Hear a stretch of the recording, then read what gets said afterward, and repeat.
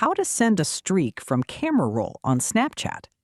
In this video, I'll show you how to send a streak from your camera roll on Snapchat. Snapchat lets you send photos from your memories, but there are a few things you should know.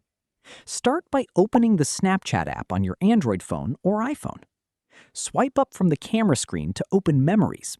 Select the photo you want to send. Next, tap the Send button. Choose the friend you want to send it to and tap Send again. Keep in mind that photos sent from your camera roll are labeled as From Camera Roll or Memories. While you can send them to your friends, they do not count towards maintaining a snap streak. To keep a snap streak active, you and your friend must exchange live photo or video snaps taken with the Snapchat camera within 24 hours. That's it. That's how you can send a photo from your camera roll on Snapchat and understand how it affects your snap streak.